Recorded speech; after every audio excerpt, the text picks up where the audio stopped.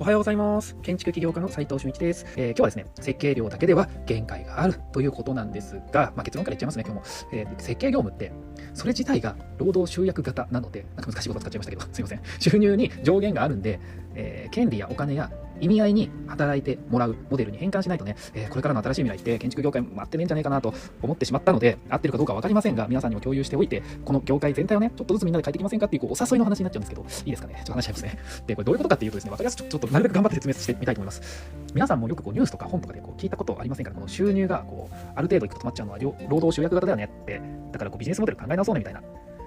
で、労働集約型って何よっていう人もいると思うので、ちょっとググって調べてみますね。で、ちょっと調べてみると、ちょっと言いますね。生産要素に占める資本割合が低く、労働者との結合度が高い産業のこと。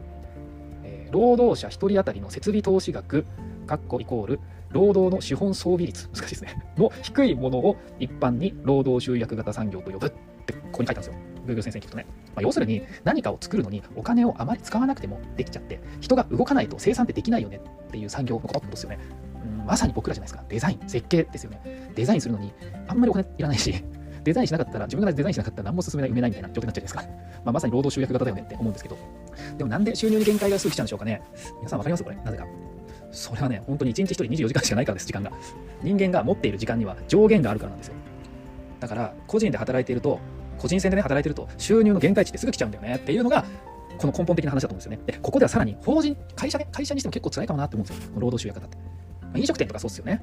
労働集約型っすよね。僕らも労働集約型っすよね。設計者をたくさんブワーッと増やして、みんなで稼いで、ちょこっとずつね、利益出していけばいいじゃんみたいな。大きな設計事務所とかもそうかもしれないけど、もし一人一人ね、ちゃんと、君の収益ちゃんとここで働いたから、利益の例えば8割全部持ってっちゃっていいよと、2割は会社に経費出してねとかって結構比率を正規にお金を払っていくとね、一人一人の収益に分配したら会社って持たないじゃないですか。あんまりお金残んないんでね。だから一人が稼ぐ設計料自体、人件費かかってて、その一部を会社にお金を渡すぐらいだと、人がめちゃくちゃたくさんいないといけなくなりますよね、設計者が。でも現実にはそんなたくさん人いないし、集められないわけですよ。しかも能力値もある程度ないと稼げないしね。となるとね、考え方を変えないといけないってことになるわけで、何に働いてもらうのがいいのかなって考えると、僕が考えたわけじゃないですよ。いろんな成功してる人たちを見てるとってことですよ。見て調べてみるとってことですよ。次の3つのどれかに働いてもらってるんですよね。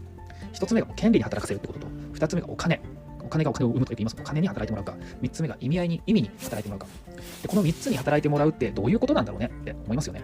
で、1つ目の権利って何なんだろうね。で、これね、IP ビジネスってネットで見たことありません？アニメとかゲーム業界ではよく出てくるんですよね。知的財産ってやつです。日本めちゃくちゃ強いですよね、アニメ。めちゃくちゃ世界に出てますもんね。これって僕たちにも結構関係あるんですよ。ファンがついていると、そのビジネスの寿命が伸びるんですよね。だから長く働き続ける。働いてもらえるわけですよ。ドラゴンボール、僕小学生になったぐらいから始まってるんで、40年近く働いてるってことですよ。すごくないですか？しかもいろんなところで働くわけですよ。しかも、これからの世代にも、これからもね、繋がっていくわけじゃないですか。アニメ業界じゃなく医療業界だって、その特許とかね、取ったら、続くわけですし、僕ら建築業界だってそういうものってあるわけじゃないですか。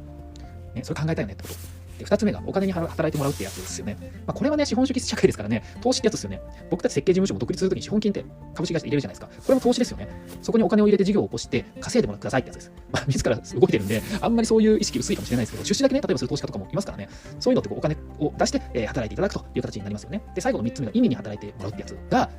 僕らの先輩デザイナーとか建築家さんたちがやっているやつかもしれないですよね。ブランド力をつけるってやつですよね、意味。これどういうことかって思いません？ハイブランドとかって言えば、グッチとかプラダとかすぐ思いつきますよね。ハイブランドの価格には、機能的なものに値段ってあんまついてないですよね。意味に値段ついてるんですよね。今言う意味に働いてもらうという意味にね。意味に値段がついてるってどういうことかっていうと、カバンって、なんかいろんなものを入れる機能はあるじゃないですか。グッチであっても、スーパーの袋であっても、機能面では変わりませんよね。物を入れて運ぶっていう意味では。でも、その2つっても全然、コストも違うし、印象も違いますよね。自分の好きなブランドのカバンを持つことによって気持ち変わったり、人からの見た目が変わったり、これって意味に値段がついてるって意味なんですよ。ね、そこでカバンの価格差めちゃくちゃあるじゃないですか。意味には値段制限ってないからなんですよ。コストもバッと上げれるっていう意味ですよ。バッと下がることもあるってことですよ。これが建築だって一緒なんじゃないかなって思うのは僕だけですかね。違うと思う、一緒だと思うんですよ。で、家で暮らすのは一緒だし、快適な家、要するに機能性の高い家っていうのは、価格の相場感って必ず生まれちゃうんですよ。真似できちゃいますからね。同じもの入れればいいってことかもしれないし。そこにね、もし特許とかなんかあれば制限がかかって真似ができなくて、これは相場感が生まれづらくなってくるんですが、一般的にはですよ、エアコンボンってつけたらエアコン僕んちもつけれるんでって感じになって、あったかくなるのは一緒だねっていう意味では、価格相場感が生まれているわけですよ。でそれでは意味はないって感じですね。その意味に値段はついてないですよね。で、著名な建築家が作った家は、実は意味が出ている可能性があって、しかもその人が住んでたりとか、コルビュジエの家とか、こうすると価格の制限ってなくなっちゃいますよね。実はね、日本人ってこの辺作るの苦手みたいなんですよね。いろんな本読んだり、いろんな人と話したり、いろんな事業の今までのね、過去の歴史とか見てみると、そもそも日本で意味を売ろうとすると、なかなか怪しい人に思われちゃったりして、あいつなんか